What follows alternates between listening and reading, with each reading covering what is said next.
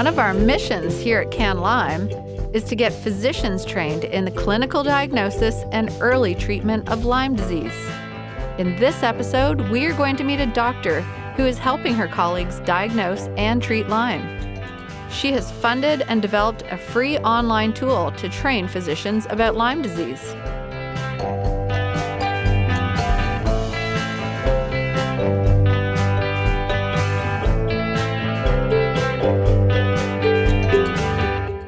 Dr. Betty Maloney is an expert on Lyme disease and treatment.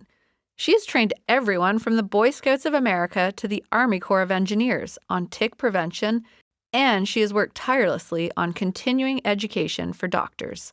Dr. Maloney hosts a free, fully accredited online course for physicians and other healthcare professionals who want to learn more about Lyme. We are honored she took the time to speak with us. Hello, Dr. Maloney, and welcome to our podcast. Well, thank you for having me. How did you get involved in working with patients with Lyme disease? Well, I live in an area that has Lyme. I live in Minnesota. And I just, over time, came to realize that what I had been taught in my training and in my postgraduate work really didn't match up with what I was seeing with all of my patients. And so I really got more involved. I got more involved in physician education, but at the same time trying to support patients through the Minnesota Lyme Association. That's so great. Can you tell me more about your accredited continuing medical education program, the LymeCME? Oh, I'd love to, because that is my baby. So way back in 2007, I realized that we needed to change how physicians were educated on tick-borne disease. And I started with Lyme disease because that was the best known of the tick-borne diseases. I began doing live seminars, and usually that would take about 6 to 8 hours, and I would have to go into a community where physicians were ready to come to an all-day seminar. And over time, I realized that really narrowed my ability to reach my colleagues. And so beginning in 2015, I started offering online education via LymeCME. That sounds like such a great way for people to keep their training going. Well, it is because these are accredited CME programs, and they're offered for free. And people can do it on their phone, on their laptop, wherever they would like, on a tablet. And they can do it when it's convenient for them. They can also start a module and pause it and then come back to it.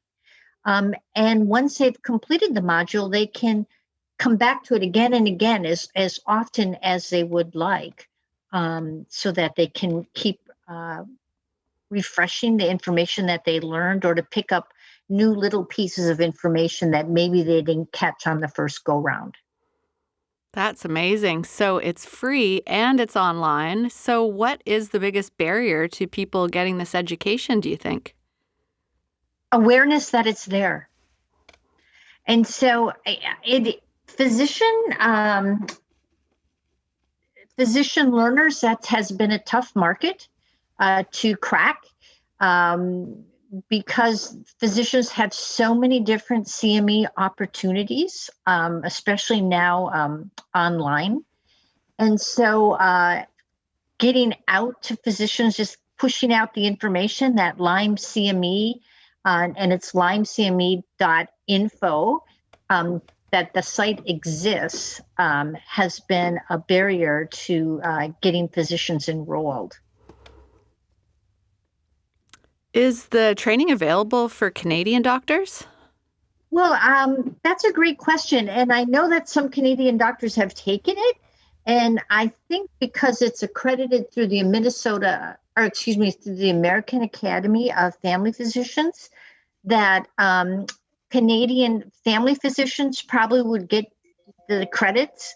But I'm not sure about other specialties. They certainly can take the course. And I would encourage them to do that, but I'm not sure how the credentialing would work. Well, I'm happy to help do some homework on that. Right. And, we can come back to that someday. Definitely. Because I think that's an important question. But my understanding is that anyone can take it, that the primary care doctors are likely to be able to claim credit. But I don't know the details. And so I'll do some work on that, and I'll just send you an email on that. Sure, that'd be great. We'd love to just find ways to help support Canadian physicians in these training opportunities. Oh, I think that's important because, I did participate in the conference that they had on a new framework. I think it might have been in 2016. Yeah, that's right. I remember seeing you present there in Ottawa. Yes.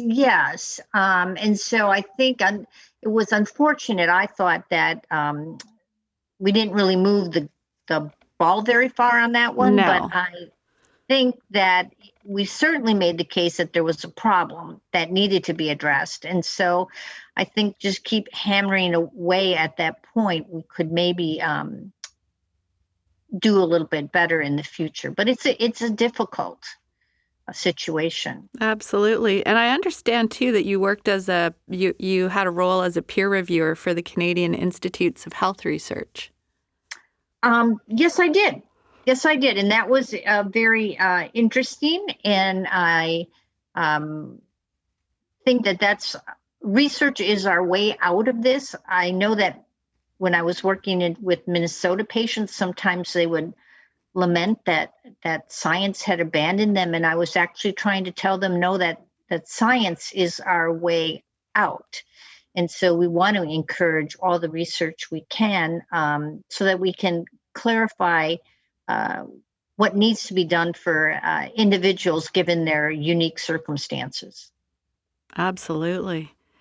I've done some reading that some of the writing that you've done around institutional bias and group thinking, and I'm just wondering if you wouldn't mind commenting on that. So to me, groupthink is a really dangerous situation, particularly when the evidence that one is managing is limited. And so what happens is a particular point of view will evolve, and then everyone in the group endorses it, even though in reality, there's really insufficient evidence to endorse a particular position. And so groupthink to me worries me quite a bit because physicians oftentimes are not as independent a thinker as I would like them to be. For a whole variety of reasons, but they often can fall prey to groupthink, and that's a problem for patients with Lyme disease and the other tick-borne illnesses. Yeah, I think it's a really important dialogue, and I know just the concept of institutional bias is certainly something that is being discussed in Canada right now at the institutional and government level. So right. And you run into it even in trying to get a paper published. Right. So, for instance, when we were working to get the ILADS guidelines published back in 2014, I co-authored that with Dan Cameron and Lorraine Johnson. And at one of the journals, the feedback that we got from the peer reviewers had nothing to do, for a couple of them, with the actual scientific evidence and our analysis and assessment of that evidence, but rather who we represented. In this case, it was that we were authors for the ILADS guidelines. And so we had to go to the editor and point out that those were not valid scientific reasons for accepting or rejecting the paper. And so institutional bias plays quite a role in who gets published and who might get rejected. Just to switch gears a little bit, I'm aware that you developed your clinical skills in a different way than maybe other physicians have had an opportunity. And clinical diagnosis is so important for physicians to know about. How did you hone your own clinical skills? I got sent to Guam. And you didn't have access to laboratory research there. Yeah. So early on in my career in the early 90s, my husband was in the Navy as a OBGYN. And in payback for his medical school education, he was stationed in Guam for 3 years. And so I was practicing in the civilian sector, and we had very limited access to diagnostics and even therapies. And so you really had to pay attention to what patients were telling you and what you were seeing. And this was especially true because we had patients with rheumatic fever on Guam disease, which you rarely see in the US. And we didn't have an echocardiogram machine on the island for civilians. And so you had to determine whether someone needed to be flown to Hawaii based on what they told you about how their breathing was, and also what you were hearing when you listened to their heart and lungs, or if you could see the edema in their legs. And so because the patients were having to spend their own money on that trip, you really wanted to do right by them. And so it really pushed me to not only to develop those skills, but then to have confidence in the skills and not necessarily let them be overridden by a lab test. That's amazing. It sounds like you really honed your listening skills. And I know my dad has quoted before and said, physicians really need to listen to their patient because the patient is telling the doctor their diagnosis. Right. And I think, that's kind of paraphrasing. Osler's has a quote along those lines. Yeah. Right. And sometimes it's difficult to listen to patients. And I don't mean to offer that as an excuse, but I do offer it as an explanation. Mm-hmm. Because sometimes patients are not good historians, or they have so many symptoms that we do need to hear, but we need to find a way to help patients organize how they're presenting their story so that it's easier for the listener to pick up on the details. So I actually at one time gave a little talk on talking to your doctor about Lyme disease, because how one presents their history can make it easier or harder for the physician to reach that diagnosis.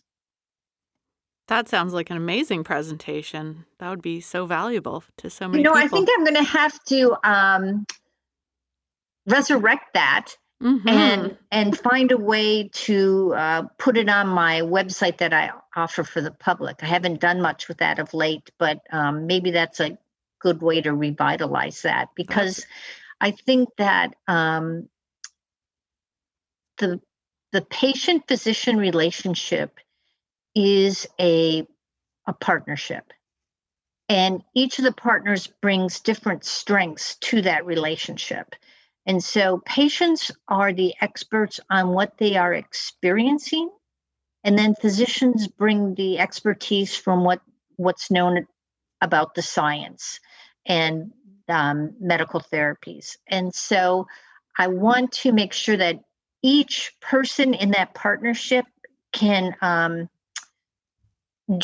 offer the best part of themselves to that partnership. So for patients, it's helping them understand how to present their history in a way that's easier to digest. And for clinicians, it's helping them to listen to the patients, to not just roll your eyes as someone gives you 15 symptoms in 30 seconds. And then also to help physicians think through the different scenarios that patients might present with when they show up in the clinic with Lyme disease. I think that would be so valuable. And anytime you want to talk about that in the future, we'd be happy to have you back on the podcast to talk about how to speak to your doctor about Lyme disease. I think that would be so valuable for everyone. And I'll I'll jot that down, Sarah, on Yeah. my to-do. Oh dear, I'm not gonna get those Christmas cards out, I don't think. That's right. If there was one thing you could tell doctors and other health professionals about Lyme prevention, what would that be? My first idea with prevention is to be aware of where you might encounter a tick. Because if you don't encounter a tick, you're not going to get Lyme disease. And so I want the public to know when they're engaging in activities that put them in tick habitat or tick territory. Because it's not always tick habitat. And an example of that, if you don't mind, is I was playing bridge at a friend's house in a small city, but the person lives within the main area of the city, so not on the verge of a forest. And I was petting her new puppy. And later on during the bridge game, there's a black-legged tick crawling down my sleeve, Oh my goodness. which I'm sure transferred from the dog. So it was like, okay, where had the dog been? And so in that city, they do have deer that kind of roam the city streets. And so when we talk about where tick habitat is, it's not always that leafy vegetation at the edge of a woods. It might be where someone's pet was or where the deer have migrated to. And so I want people, physicians and patients, to be aware that tick territory actually is expanding beyond tick habitat. Mm-hmm.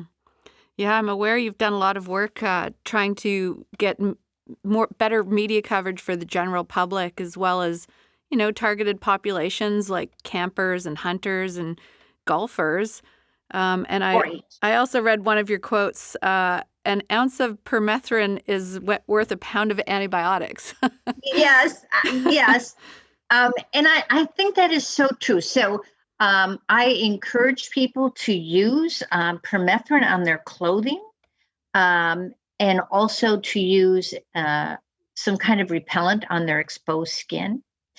I've had some interesting experiences talking about permethrin, and I think sometimes the warning labels are really scaring people away. So I've had people get all panicky because when they're spraying their clothes, they accidentally, sprayed their skin.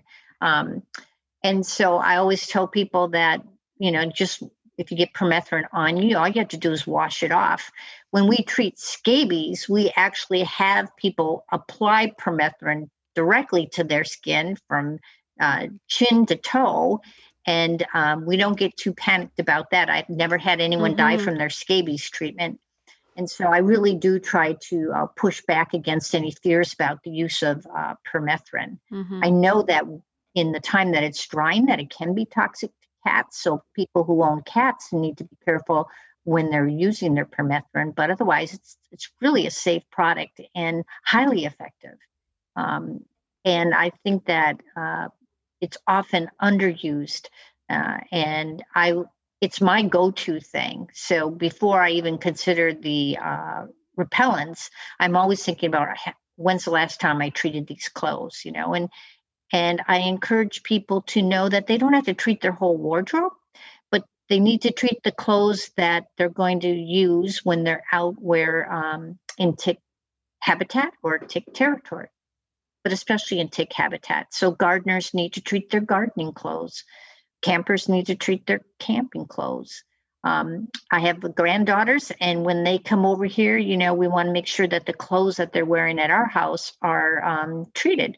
And we always treat the hats that they wear as they walk through the little woods down to our lake. But so permethrin and repellents are really important. And then the other fact that I'd like to get into is just the importance of doing an adequate tick check. Many people kind of fool themselves and they do that quick glancing tick check. Well, black-legged ticks are really quite small, and especially the nymphs. And so you really have to spend some time and look in under good lighting circumstances. So when I was working with the Boy Scouts, I made the point of they should be doing tick checks in their swimsuits out in sunlight, not waiting to do it in the evening by flashlight in a tent.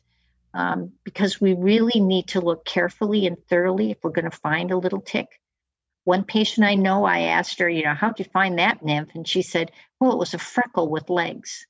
And so you really have to be very vigilant and oftentimes employ a mirror or a friend to check out the back of you. Absolutely. Those are such great tips. I'm really happy to hear that you worked with the Boy Scouts, and I think also the Army, didn't you, doing training with them? Yes, I would. Oh, that was a while ago, but it was the Army Corps of Engineers, so I really am interested in work. I work with Audubon Society, Master Gardeners. These are groups that need to hear our message on Lyme disease awareness and prevention. And I've also worked with school nurses, Great. especially around the issue of school field trips. That's amazing. Well, I feel like I could talk to you forever about, just diving into all these different subject areas. I think one of the last things I just wanted to touch on with you is around the cost of getting sick with Lyme disease and having an ongoing infection versus, getting diagnosed early and being treated early.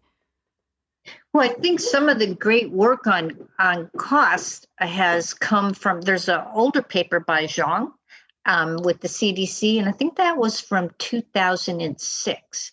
And then the newer paper coming out of John Alcott's group, and I don't recall who the lead author on the paper was, but it's a more recent in the last 5 years. And they really look at the cost of treatment early versus late, and it's so substantial.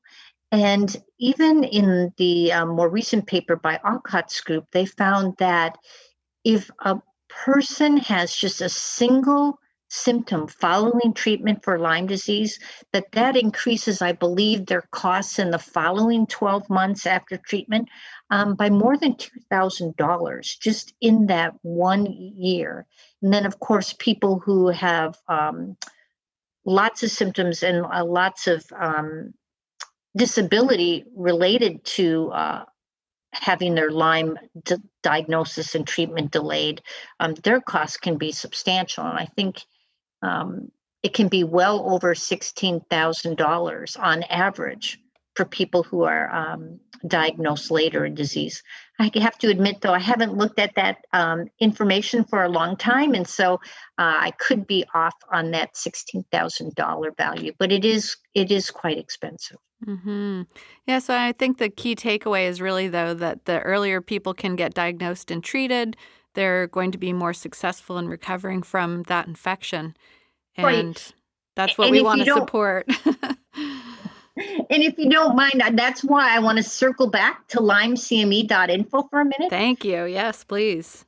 So the whole point of that was, let's get everyone to recognize and manage Lyme at its earliest stage when it is easier to diagnose and treat, right? So if we don't keep missing erythema migrans, rashes, and calling them spider bites, and get those people treated, then we'll have fewer patients with complicated illnesses and who are more resistant to treatment down the line. And so I really have LymeCME as a way to get everyone just to master the basics: how to manage a tick bite, how to manage an erythema migrans rash, how to manage Lyme carditis. I think those are important topics. And if we can get everyone to do the basics well, then we could just need a smaller group of physicians who are managing the more complex cases. And also, if everyone agrees on management of tick bites and early cases of Lyme disease, it'll really help decrease the rhetoric and the controversy that comes with Lyme disease. Yeah, I do have just one other little quote here I pulled out that I think also points to the need for that, which was where you mentioned that serological testing, while it's highly specific, is insufficiently sensitive to rule out Lyme disease. And I think that ties into the physician training again. It really does. And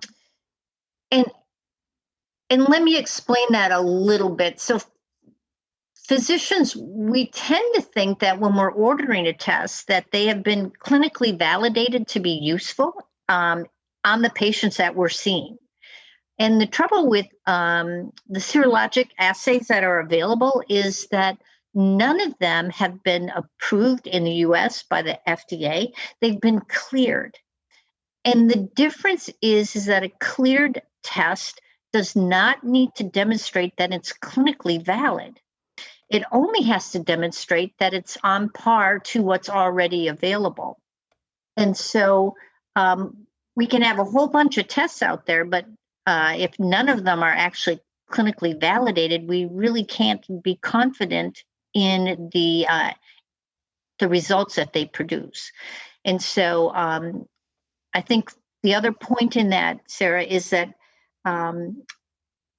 although we're trained about sensitivity and specificity and predictive values and likelihood ratios, we often forget that when we move into clinical medicine. And so I have to remind physicians that if you have a highly specific test, which the serologic assays are, especially when you use them in a two-tiered fashion, then whenever you increase specificity, you decrease sensitivity. And so in decreasing sensitivity, that's where we get our false negatives. And so it's a reminder of physicians that, again, to trust your clinical judgment, learn what Lyme can look like. So learn the pattern of Lyme disease, and then you can layer on serologic testing, which may or may not, I don't want to say validate, but may or may not agree with your clinical impression. And if it doesn't, then I wouldn't necessarily throw out the clinical impression because of what the test result was. So again, I have 2 different modules regarding diagnostic testing on LymeCME. The first is just to review the basics for clinicians, so to remind them of those principles of sensitivity and accuracy and precision. And then a different module that goes over the details of serology and making the case that a negative test does not necessarily rule out the infection. These training modules sound like such a helpful tool for physicians. We will be sure to post a link to the LymeCME website in our podcast notes, so check those out. Thank you so much, Dr. Maloney, for all the work that you do. I admire your dedication to supporting physicians in their training, and ultimately, thank you for looking out for the patients with Lyme disease and helping ensure an improvement in their quality of life. And again, my pleasure to join you, and I look forward to coming back another time, and we'll see what else we can chat about.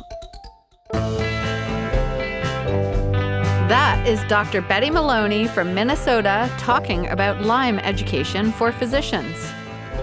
She raised such an important point that a negative test does not rule out Lyme disease. And I also really loved her quote that research is our way out of this.